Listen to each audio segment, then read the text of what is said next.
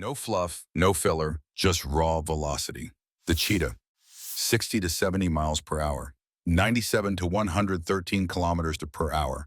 The Cheetah is the poster child for terrestrial speed, and for good reason. On the open plains of sub-Saharan Africa, this slender feline can accelerate from 0 to 60 miles per hour in just 3 seconds, faster than a Lamborghini Aventador. Its top speed ranges between 60 and 70 miles per hour, though bursts above 65 are rare in the wild. The National Geographic Society clocked a cheetah named Sarah at 70 miles per hour in 2012 using radar guns, but most hunts average closer to 50 to 60 miles per hour over 200 to 300 meters. How does it pull this off? Start with the skeleton. The cheetah's spine is a coiled spring. Flexible vertebrae act like a suspension system, allowing the animal to stretch its body to nearly double its resting length with each stride. Its shoulder blades are not attached to the collarbone by bone, but by muscle, giving the front legs an almost independent range of motion. This means the cheetah can cover up to 25 feet in a single bound. The claws are only partially retractable, functioning like cleats on a track shoe for traction on loose soil. Even the tail, nearly 3 feet long, serves as a counterbalance, flicking left and right to maintain stability during 90-degree turns at full speed. But speed has a brutal cost. A cheetah's body temperature can climb to 105 degrees Fahrenheit after a 30-second sprint. Its heart rate spikes to 250 beats per minute. More than 80% of hunts fail because the prey zigzags or the cheetah simply overheals. After each chase, it must pant for up to 30 minutes to cool down. In evolutionary terms, the cheetah traded endurance for explosiveness. It's a sprinter, not a marathoner, and that's why it claims the 8th spot, blistering on land, but nowhere near the top when we open the playing field to sky and sea. And as hummingbird, 61 miles per hour, 98.5 kilometers per hour. Size doesn't matter when it comes to relative speed, and the Anna's hummingbird is living proof. This iridescent jewel, barely 4 inches long and weighing less than a nickel, achieves 61 miles per hour during its courtship dive. But the real jaw drop is the metric that matters to physicists: body lengths per second. The hummingbird covers 385 body lengths in a single second. For comparison, an F-16 fighter jet at maximum throttle covers roughly 100 body lengths per second. A cheetah? 25. The hummingbird isn't just fast, it's the fastest vertebrate alive when scaled to its own dimensions. The dive begins at altitudes up to 130 feet. The male climbs vertically, then folds his wings and plummets in a J-shaped arc. At the bottom of the curve, he flares his tail feathers to produce a chirp that can reach 100 decibels. Louder than a chainsaw. High-speed cameras at 1,000 frames per second reveal the wings beating 80 times per second during the pullout, generating lift equivalent to 27 times the bird's body weight. The heart rate, 1,200 beats per minute. The G-forces, 10 Gs, enough to knock out a human pilot. Why does he do it? Mating rights. Females watch from nearby perches, judging speed, sound, and precision. A single millisecond of error means failure. The Anna's hummingbird proves that velocity isn't just about survival, it's also about seduction. And in the animal kingdom, that combination earns it the number 7 slot. The sailfish, 68 miles per hour, 110 kilometers per hour. We now plunge into the ocean, where water resistance is 800 times greater than air. Yet the sailfish laughs at physics. This oceanic sprinter reaches 68 miles per hour in short bursts, making it the fastest swimmer on Earth. The International Gamefish Association recorded a sailfish stripping 300 feet of line in 3 seconds, translating to 68 miles per hour. The fish achieves this with a body shaped like a missile. A long, rigid bill slices the water, while a crescent-shaped tail provides propulsion. But the real secret is the sail itself, a dorsal fin that spans nearly the entire length of the body. When raised, the sail increases surface area by 20%, but it's not for speed, it's for herding. Sailfish hunt in packs, using their sails like walls to corral sardine schools into tight bait balls. Once the prey is trapped, the sailfish drop their fins, streamline their bodies, and strike. A single slash of the bill can stun or kill multiple fish in one pass. The tail beats at frequencies up to 15 hertz, generating thrust equivalent to a jet ski. Muscle temperature can rise 10 degrees Celsius above the surrounding water thanks to a specialized heat exchange system in the blood vessels. Number 7. The stonefish. Imagine stepping on a rock that screams back. The stonefish, Sinancea verosa, is the ocean's ultimate camouflage artist, encrusted with algae and warts to mimic reef rubble. 13 dorsal spines stand ready like hypodermic needles. Stomp one, and that feels like molten lava poured into your veins. Pain is so intense, victims beg for amputation. Shock drops blood pressure, heart arrhythmias kick in, and tissue around the dies black within hours. In the Indo-Pacific, fishermen dread the fish that kills with a step.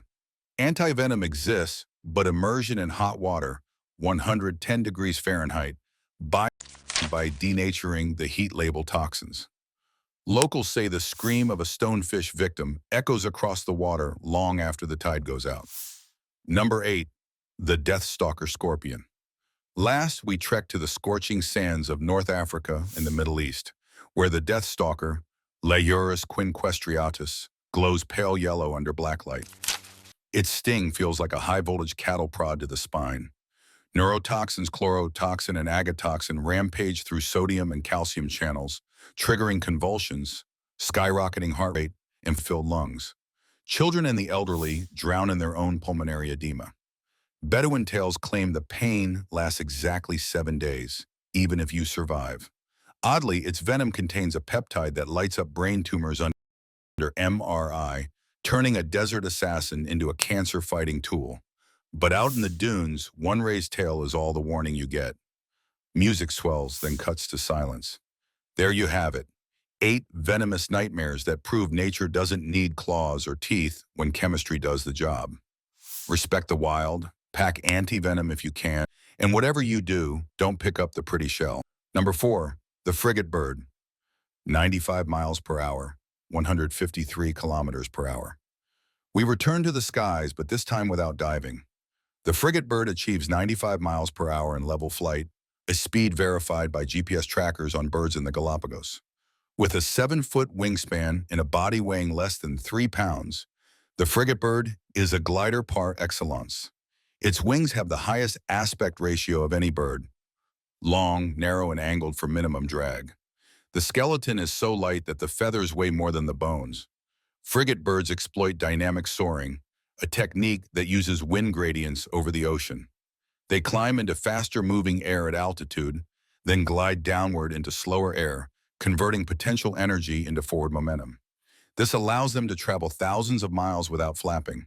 In fact, satellite data shows frigate birds staying aloft for up to 2 months, sleeping on the wing in 10-second micronaps.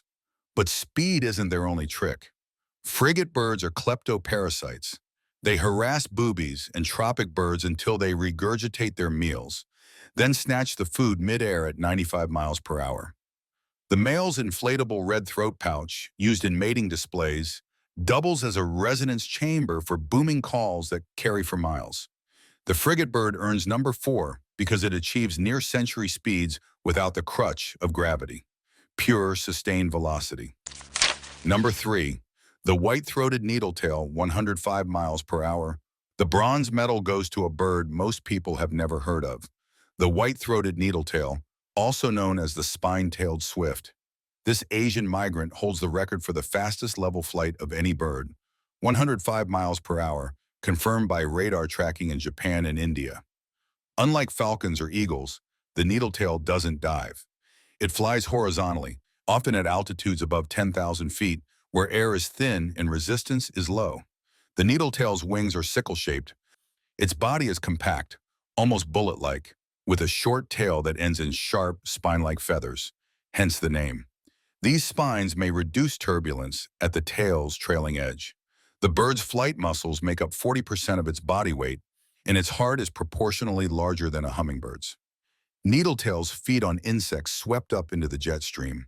They can fly non-stop for thousands of miles during migration, refueling in mid-air. One individual was tracked flying from India to China over 3,000 miles in under 5 days. That's an average of 60 miles per hour, including sleep. But in sprints, they hit 105.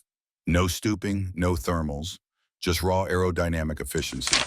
Number 2, the Golden Eagle, 200 miles per hour, 322 kilometers per hour. We're in the realm of dive speeds now, and the Golden Eagle is a heavyweight contender. In a hunting stoop, this raptor reaches 200 miles per hour, a figure recorded by National Geographic using GPS backpacks on eagles in the Scottish Highlands. With a wingspan up to 7.5 feet and talons that exert 400 pounds of pressure per square inch, the Golden Eagle is built for power. The stoop begins at altitudes up to 10,000 feet. The eagle folds its wings partially, entering a controlled spiral that minimizes drag. At 200 miles per hour, the bird experiences G-forces up to 8 Gs, enough to cause retinal detachment in humans. Special membranes protect the eyes, and a bony ridge above the nostrils deflects airflow. The eagle's primary feathers act as air brakes, allowing micro-adjustments to track prey as small as a hair from a mile away.